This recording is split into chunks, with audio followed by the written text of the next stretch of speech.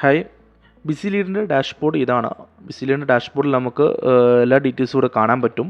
അതായത് എത്ര total message send ചെയ്തിട്ടുണ്ട്, അതുപോലെ എത്ര മെസ്സേജ് വന്നിട്ടുണ്ട്, എത്ര ലീഡ്സ് ആയിട്ട് ജനറേറ്റ് വന്നിട്ടുണ്ട്, അതുപോലെ എത്ര ഏജൻസി, എത്ര സ്റ്റാഫുകൾക്ക് നമ്മൾ അണ്ടറിൽ വന്നിട്ടുണ്ട്. ഇങ്ങനത്തെ കാര്യങ്ങളെല്ലാം ഡീറ്റെയിൽസ് ഇവിടെ നമുക്ക് വന്ന് കാണാൻ പറ്റും.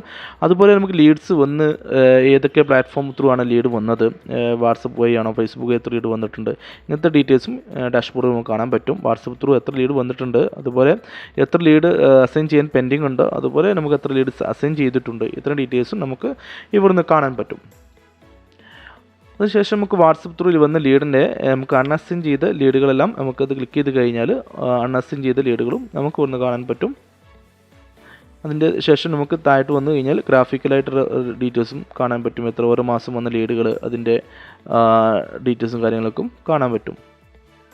പിന്നെ നമുക്ക് ഏതെല്ലാം ത്രൂ ആണ് നമുക്ക് ലീഡ്സ് വന്നത്, ഇത്ര ഡീറ്റെയിൽസും നമുക്ക് സൈഡ് ത്രൂ കാണാൻ പറ്റും.